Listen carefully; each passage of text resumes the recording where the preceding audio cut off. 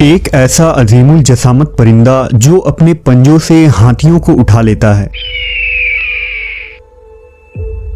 کوہ مخ میں پائے جانے والا ایک طاقتور مخلوق جس نے انسانی علاقوں میں تباہی مچا دی،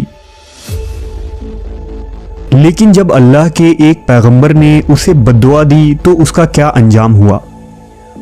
کیا عربی لوک کہانیوں کا یہ پرندہ سچ میں وجود رکھتا تھا؟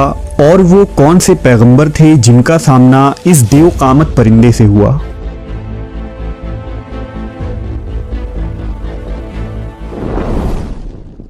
ہماری اس خوبصورت دنیا میں نہ جانے کتنے حسین اور حیرت انگیز راز پوشیدہ ہیں جس کی جھلک ہمیں قدیم اساطیری کتابوں میں جگہ بجگہ ملتی ہے۔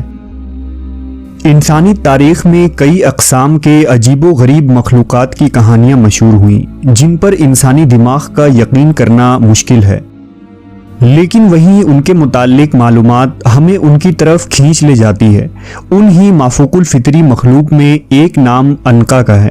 عنقا قدیم زمانے میں وجود رکھنے والا ایک عجیب و غریب پرندہ تھا۔ اس پرندے کی پرواز بہت دور دراز تک ہوتی ہے۔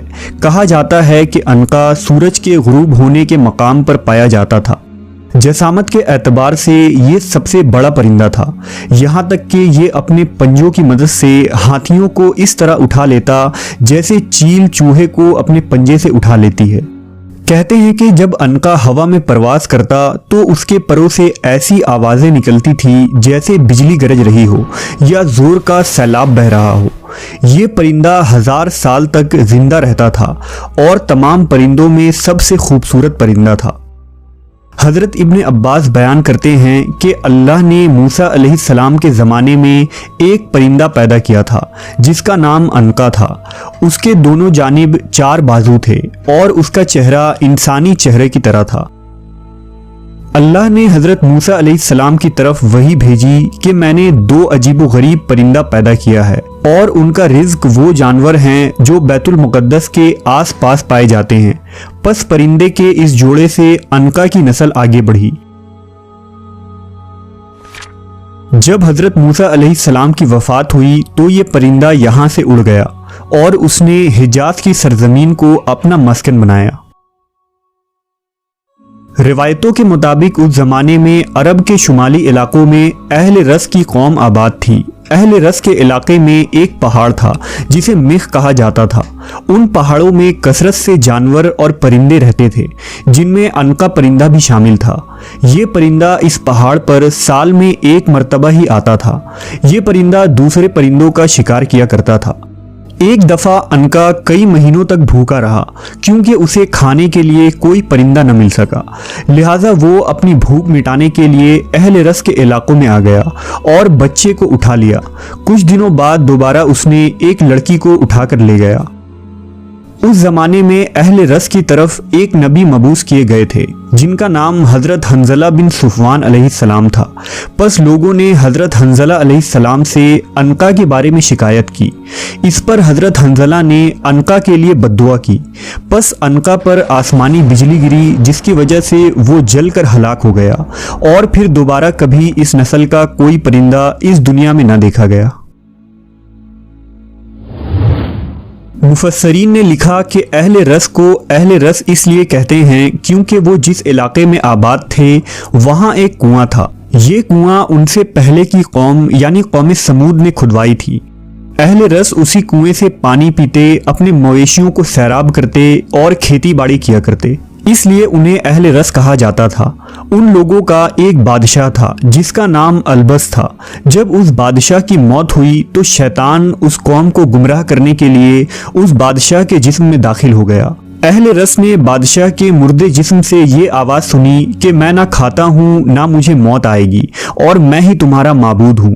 لہٰذا اہل رس کفر و شرک میں مبتلا ہو گئے اور بادشاہ کے اس مردے جسم کی عبادت کرنے لگے۔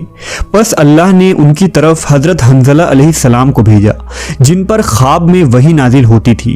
حضرت حنظلہ نے اہل رس کو بتایا کہ بادشاہ مر چکا ہے اور اس میں روح نہیں ہے بلکہ شیطان اس کے جسم کے اندر حلول کر گیا ہے تاکہ تمہیں گمراہ کرے، لہٰذا شرک سے توبہ کرو اور کسی کو بھی اللہ کا شریک نہ ٹھہراؤ۔